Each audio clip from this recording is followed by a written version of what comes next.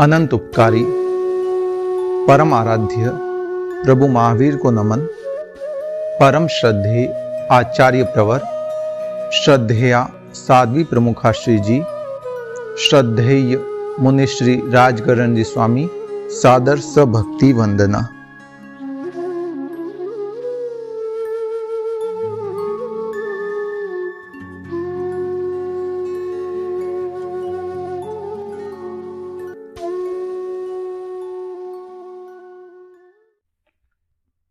जय जिनेन्द्र। 25 बोल की श्रृंखला के अंतर्गत 9वां बोल उपयोग 12। उपयोग का अर्थ होता है काम में लेना। कहते हैं ना, ये उपयोग में ले लेना, अर्थात इसको काम में लेना। उपयोग आत्मा का लक्षण है, ये आत्मा की पहचान है। उपयोग के दो भेद होते हैं मूलतया, ज्ञान और दर्शन। ज्ञान का अर्थ है जानना, दर्शन का अर्थ है देखना। आप ये वीडियो से जुड़े हुए हैं, आप देख भी रहे हैं और जान भी रहे हैं। जो मैं बोल रहा हूं उसको सुन रहे हैं, ये दर्शन है, मगर समझ रहे हैं वह ज्ञान है। देखना दर्शन और जानना ज्ञान। तो ये आत्मा का मूल लक्षण होता है, अजीब में ये लक्षण नहीं होता है। मोबाइल आज के समय सेंसर युक्त होते हैं, आपका हाथ आगे जाएगा या कोई भी अंग जाएगा उसमें लाइट लग जाएगी, सेंसर होता है। मगर इससे वह जानने देखने वाला नहीं हो जाता, एक प्रोग्राम है। मगर आत्मा का ये एक स्वाभाविक नेचर है, उसकी ये प्रकृति है, स्वभाव है कि वह जानने और देखने की योग्यता से युक्त है। एकेंद्रिय जो होता है या पंचेंद्रिय हो, कोई भी हो, उसमें यह एबिलिटी होती है, वह ज्ञान अज्ञान या दर्शन से युक्त होता है। एकेंद्रिय का जीव है, पृथ्वी काय हो, अप काय हो, तेजस काय हो, वायु काय हो या वनस्पति काय हो, उसमें स्पर्श की अनुभूति होती है, वह स्पर्श के द्वारा पहचान लेता है। कोई व्यक्ति उसके पास कुल्हाड़ी लेकर जा रहा होता है ना, तो आज की साइंस ने ऐसा प्रूफ किया है कि उसमें नेगेटिव वाइब्रेशन होने लग जाते हैं। उसके जो उस वृक्ष की जो स्पंदन है वो नकारात्मक हो जाते हैं। उस कुल्हाड़ी को देखकर, कुल्हाड़ी वाले व्यक्ति को देखकर, ये आएगा मुझे काट देगा। अब कैसे मालूम पड़ा? वो स्पर्शनेंद्रिय के कारण मालूम पड़ा। तो ये भी अचक्षु दर्शन है, उसको महसूस हो जाता है, एहसास हो जाता है कि ये आएगा मेरी डालियों को काटना शुरू कर देगा। उपयोग 12 हैं, 5 ज्ञान, 3 अज्ञान और 4 दर्शन। ज्ञान और अज्ञान ऐसे तो एक ही है, मगर पात्रता के कारण भेद प्रभेद हुआ है। ज्ञान तो निर्मल ही है, पवित्र ही है, ज्ञानावण्य कर्म का हल्कापन ही है, क्षोभशम ही है, मगर पात्रता के आधार पर यह भेद प्रभेद हो जाता है। कोई व्यक्ति किसी के यहां मेहमान के रूप में गया, एक शराब की बोतल है, एक शरबत की बोतल है। एक शराब की बोतल, एक शरबत की बोतल, दोनों में शरबत ही है। तो व्यक्ति किसको पीने में, अगर कोई शराब का त्यागी है तो कौन सा पीने के लिए वह संकोच से रहित होगा?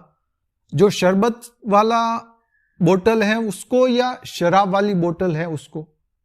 शराब वाली बोतल को देखकर ही वह एक बार सोचेगा कहीं इसमें शराब तो नहीं है शरबत ही। मगर पात्रता के आधार पर उससे हम एक तरह से, अगर जिसके त्याग है वह उस चीज से अवॉइड करने का प्रयास करेगा, खुद को अलग करने का प्रयास करेगा। तो ज्ञान तो दोनों में एक समान ही है, वह तो ज्ञानावण्य कर्म का क्षोभशम ही है, मगर पात्रता के आधार पर, उनकी सोच के आधार पर, नजरिए के आधार पर, दृष्टिकोण के आधार पर ज्ञान अज्ञान बन जाता है। पात्रता के आधार पर, व्यक्ति की जो सोच है उसके आधार पर। ज्ञान 5 ज्ञान, 3 अज्ञान और 4 दर्शन। दर्शन का अर्थ होता है देखना, जानना, फील करना। यह एक सामान्य अवबोध कहा जाता है। सामान्य अवबोध का अर्थ होता है सामान्य जानकारी। आप ये वीडियो देख रहे हैं, खाली आपने देखा, ये सामान्य अवबोध है। फिर आपके मन में आया कि अरे ये तो नरेश चोपड़ा है, ये तो तत्व ज्ञान का वीडियो बनाते हैं, इनके ऑडियो भी चलते हैं। तो ये हो गया विशेष अवबोध, वो हो गया ज्ञान। सामान्य अवबोध खाली सामान्य होता है, जो देखा आपने और जो भी उसके लिए आपने भीतर एक्सप्लेन किया, वह सारा उपयोग ज्ञान के अंतर्गत आ गया। आपने कोई भी क्रिकेटर का फोटो देखा, जैसे विराट कोहली है, उसका फोटो देखा या उसका नाम सुना आपने, आपके मस्तिष्क में उसका फोटो बन गया। फिर एनालिसिस शुरू हुआ, अरे ये तो भारतीय टीम का कप्तान है, अरे अभी तो वो भारत की टीम में नहीं खेल रहा है, अभी तो वो शायद आया हुआ है, उसका बेबी होने वाला है। ये जितना विश्लेषण है, ये सारा ज्ञान है, साकार उपयोग है। दर्शन को अनाकार उपयोग कहा जाता है। खाली एक सामान्य अवबोध होता है, विशिष्ट अवबोध ज्ञान कहलाता है। ज्ञान 5 है। मतिक ज्ञान, मतिक ज्ञान का अर्थ क्या होता है कि 5 इंद्रियों और मन की सहायता से होने वाला ज्ञान मतिक ज्ञान कहलाता है। आप मुझे देख भी रहे हैं, सुन भी रहे हैं, ये सारा मतिक ज्ञान है, मगर जो समझ रहे हैं वह शुद्ध ज्ञान कहलाता है। शब्द संकेत के माध्यम से समझने और समझाने की जो शैली है, वह शुद्ध ज्ञान कहलाता है। मतिक ज्ञान वर्तमान कालिक होता है, शुद्ध ज्ञान त्रिकालिक होता है। ये आपस में दोनों जुड़े हुए, अलग नहीं है। मतिक ज्ञान वर्तमान कालिक कैसे हुआ? आपके सामने कोई भी चीज आई, फर्स्ट टाइम आई, आपने सोचा अरे ये क्या है, इससे कहते हैं अवग्रह। ये जैन पारिभाषिक शब्द हैं। मति ज्ञान के 4 भेद बताते हैं, तब बताते हैं अवग्रह, ईहा, अवाय, धारणा। अवग्रह का अर्थ होता है ये क्या है। ईहा, अरे ये कहीं फ्रूट है या कोई सब्जी है। अब जैसे कोई आप सब्जी मंडी गए, कोई सामने नई चीज दिखी, तो मन में क्या आएगा, ये चीज क्या है, पहली बार देखी। फिर आएगा ये कोई सब्जी है या कोई फ्रूट है। ये हो गया अवाय, अवग्रह, ईहा। अवाय का अर्थ हो गया कि इसको याद रखना कि ये सब्जी ही है, फ्रूट नहीं है, क्योंकि सब्जी से अलग उपयोग होता है, फ्रूट का अलग उपयोग होता है। और धारणा, उसको लाइफ टाइम के लिए या कई समय तक याद रखना। आप वीडियो ही देख रहे हैं ना, रियली। गुलाब जामुन, गुलाब जामुन, मैंने जैसे ही शब्द बोला, आपके मस्तिष्क में गुलाब जामुन का ही फोटो बनाना, रसगुल्ले का नहीं बनाना। ये चीज क्या हुई? फर्स्ट टाइम आपने जब भी गुलाब जामुन देखा होगा, क्या आपने उसका नाम याद कर लिया था या पहले से था? आपने कई बार ये चीज क्या है, ये तो कोई नई मिठाई है, कहीं खाने में गए आप, कोई नई मिठाई होती तो कहते ना, अरे ये कौन सी मिठाई है, काहे की बनी हुई है, इसमें क्या क्या आता है। कई चीजें दिमाग में उठती है। आपने एक पीस लिया, खाया, हो सकता है आपको टेस्ट अच्छा लगे, और कई बार मिठाइयों का टेस्ट अच्छा नहीं भी लगता है। अच्छा लगा, अरे वाह गजब की मिठाई है, मेरे लड़के लड़के की शादी होगी या जब भी फंक्शन होगा ये मिठाई तो मैं रखूंगा ही। जो चीज हम 3-4 बार याद करते रहते हैं ना, वो अवाय कहलाता है। और धारणा, जो जिंदगी के साथ भी और जिंदगी के बाद भी संस्कार के रूपों में हमारे साथ रहता है। धारणा के अंतर्गत ही कई भेद प्रभेद होते हैं। जो चीज हम बार बार करते हैं ना, जैसे आपका फेवरेट फ्रूट कौन सा है, आपका फेवरेट मिठाई कौन सा है, आपकी फेवरेट डिश कौन सी है। हाँ, आपको पिज्जा पसंद है या क्या पसंद है, पिज्जा में भी कौन सा पिज्जा पसंद है, डोसे में भी कौन सा डोसा पसंद है। तो ये सारे जो होते हैं ना, जो चीज हम बार बार खाते हैं, उसकी वो हैबिट हो जाती है। मैं सूरत रहता हूं, आज सुबह जब मैं रिकॉर्डिंग करने के लिए आ रहा था, तो यहां एक जगह का लोचो फेमस है, वहां पर लगभग 50-60 जने, मैंने लगभग शब्द बोला है, याद रखना, कभी भी भूलना मत। मैंने कोई काउंट नहीं किए व्यक्तियों को, मगर इसीलिए लगभग शब्द बनाया है, लगाया है कि लगभग 50-60 लोग लाइन में खड़े होंगे। ये होती है धारणा। अरे लोचो उसका खाना है, फाफड़ा उसका खाना है, खमन उसका खाना है, रसगुल्ला उसका खाना है, ये मिठाई उसकी खानी है। तो ये सारी चीजें होती हैं धारणा के अंतर्गत, मति ज्ञान के अंतर्गत। जो मति ज्ञान 5 इंद्रिय और मन से होता है। 5 इंद्रिय हो गई कान, आंख, नाक, जीभ और शरीर, और मन ये 6 चीजों से जो ज्ञान होता है वह मति ज्ञान। शब्द संकेत के माध्यम से समझने और समझाने की शैली को शुद्ध ज्ञान कहते हैं। आप वीडियो सुन रहे हैं, देख भी रहे हैं, मैं बोल रहा हूं, यह शुद्ध ज्ञान है। शब्द संकेत के माध्यम से मेरी बॉडी लैंग्वेज भी चल रही है, यह हो गया शुद्ध ज्ञान। यह शुद्ध ज्ञान त्रैकालिक होता है, तीनों काल में रहता है, जबकि मति ज्ञान वर्तमान कालिक होता है। फिर आता है अवधि ज्ञान। अवधि ज्ञान का अर्थ हो गया कि जिसके अंतर्गत जो दृश्यमान पुद्गल है, छोटे से छोटा, बड़े से बड़ा, उसको हम यहां बैठे भी देख सकते हैं। कहीं पर भी सीसीटीवी कैमरे लगाने की जरूरत नहीं है, हम यहां बैठे हैं और समूचे जितना हमारा यह अवधि ज्ञान उज्जवल है, जितना हमारा प्रकट हुआ है, उतना हम यहां बैठे ही देख सकते हैं। घर पे क्या हो रहा है, ऑफिस में क्या हो रहा है, हमें मोबाइल में वो एप्लीकेशन अपलोड करने की या देखने की जरूरत नहीं है कि मेरे ऑफिस में क्या काम चल रहा है, क्या नहीं चल रहा है, कौन बैठा है, कौन नहीं बैठा है। अवधि ज्ञान से ऐसे ही हम देख लेते हैं क्या हो रहा है, कहां हो रहा है, कौन सी चीज कहां पर है, कौन व्यक्ति कहां जाकर छुपा हुआ है, सब मालूम पड़ जाता है। अतीत भी, वर्तमान भी और भविष्य भी, जन्म भी कई बता देते हैं। तो यह होता है अवधि ज्ञान, जिसमें रूपी पर्यायों को जाना जाता है, देखा जाता है। चौथा होता है मनः पर्यव ज्ञान। मनः पर्यव ज्ञान हो गया जिसमें मनोगत भावों को जाना जाता है, पहचाना जाता है, मन की पर्यायों को समझा जाता है, उसे मनः पर्यव ज्ञान कहते हैं।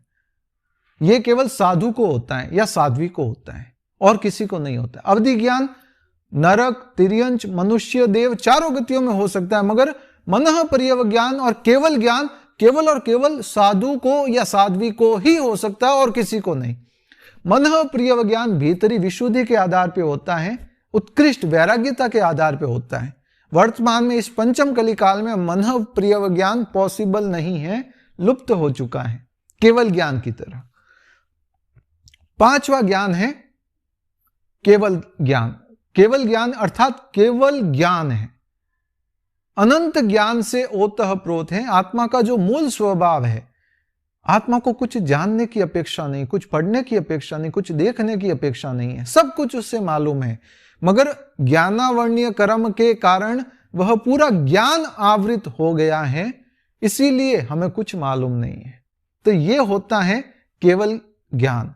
आत्मा में जानने की शक्ति है, अनंत चीज को, अनंत पर्याय को हम करोड़ों जन्म हमारे जानते हैं, देख भी सकते हैं केवल ज्ञान के द्वारा, और बता भी सकते हैं कि आगामी क्या करने वाले हैं, यदि हमारे पास हो तो यह होता है केवल ज्ञान। 5 ज्ञान है, 3 अज्ञान, मति ज्ञान, शुद्ध ज्ञान और अवधि ज्ञान की तरह ही मति अज्ञान, शुद्ध अज्ञान और विभंग ज्ञान को मानना चाहिए।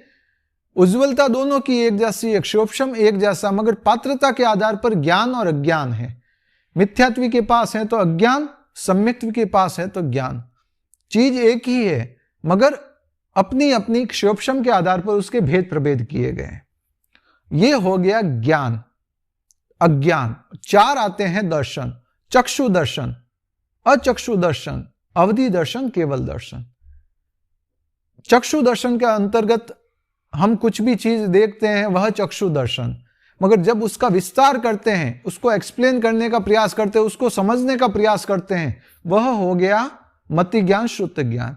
तो आंखों के माध्यम से हम देखते हैं, यह चक्षु दर्शन। अचक्षु दर्शन हो गया आंख के अलावा जो 4 इंद्रियों से और मन के द्वारा हम जानते हैं, वह अचक्षु दर्शन होता है। मूल तो 4 इंद्रियों के द्वारा ही होता है।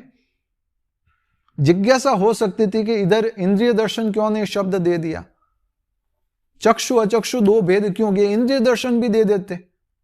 तो समाधान यही है कि 4 इंद्रियां केवल अपने विषय को ग्रहण करती हैं। शब्द केवल कान सुन पाता है, सूंघने का काम नाक करता है, जीभ स्वाद का काम कर सकती है, शरीर ठंडा है, गर्म है, रूखा है, सूखा है आदि का भेद कर सकता है, मगर आंख इन सभी का काम भी कर सकती है। स्वयं का देखने का तो करती है, मगर इन 4 इंद्रियों का भी कर सकती है। कई व्यक्ति होते हैं जो किसी के होठों को पढ़ लेते हैं, लिप्स रीडिंग कहते हैं शायद, जिसे कोई बोल रहा है व्यक्ति, उसके दूर से ही होठों को पढ़ लेते हैं कि ये व्यक्ति ये बोल रहा है। तो ये आंख कर रही है, कान नहीं कर रहे हैं। शब्द का कार्य कान का है, आंख का नहीं है, मगर आंख वह कार्य भी कर लेती है। कहीं कोई मृत कलेवर है, किसी जीव का मरा हुआ सड़ा हुआ शरीर पड़ा है, तो काम तो नाक का है कि दुर्गंध है या नहीं है, मगर आंख देखते ही पहचान जाती है कि इधर दुर्गंध आने वाली, नाक पहले ही बंद कर देती है। कोई खाना है सामने, अच्छे से सजा धजा है, आंख बता देगी ये बहुत स्वादिष्ट होगा। और कोई चीज जली हुई पड़ी है तो कह रहे ये तो जली हुई है, बताने का कार्य तो जीभ का है, ये जला हुआ है या नहीं है। कई बार कोई सब्जी में एकदम लाल मिर्चों का चौका एकदम तेज दिया हुआ है, तो आंखें देखते ही कह देती है अरे ये तो बहुत तीखी लग रही है, मिर्ची ज्यादा हो गई, इसमें हल्दी ज्यादा हो गई है। तो ये कार्य तो ऐसे जीभ का है, मगर आंख कर लेती है। कहीं कोई आग लगी हुई है, कोई तपेला गर्म हो चुका है, तो वो स्पर्श से मालूम पड़ेगा गर्म है या नहीं, मगर आंख बता देती है इधर टच मत करना, गर्म है। तो ये आंख 4 इंद्रियों का भी काम कर लेती है, इसीलिए इसको अलग से दिखाया गया है चक्षु दर्शन के रूप में, और शेष 4 इंद्रियां हैं उसको अचक्षु दर्शन के रूप में। तीसरा आता है अवधि दर्शन।